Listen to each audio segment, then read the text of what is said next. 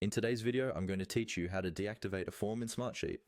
Deactivating a form is useful when you no longer want people to submit responses, but you still want to keep the form and the data you've already collected. Maybe the project has ended, the deadline has passed, or you simply need to pause submissions while you review what you have. I'll walk you through the exact steps, slowly and clearly, so you can follow along in your own Smartsheet account. First, start by opening Smartsheet and selecting the project or sheet that's connected to the form you want to deactivate. Forms are always tied to a specific sheet, so it's important you're on the correct one. You can choose it from your recent items, your home tab, or from a workspace, depending on where you have it saved. Once the sheet is open, look toward the top of the screen for the Forms option on the toolbar. It usually appears alongside other options like File, Automation, and so on. Click on Forms.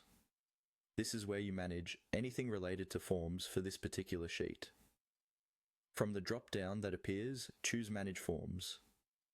This will open a panel or window that lists all of the forms associated with the sheet. If you've created multiple forms for different purposes, you'll see each of them listed here by name, along with some basic details. Find the specific form you want to deactivate in that list.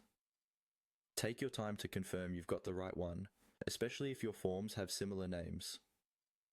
On the right side of that forms row, you'll see an icon with 3 vertical dots, sometimes called the More or Options menu. Click on those 3 dots to reveal additional actions you can take for that form.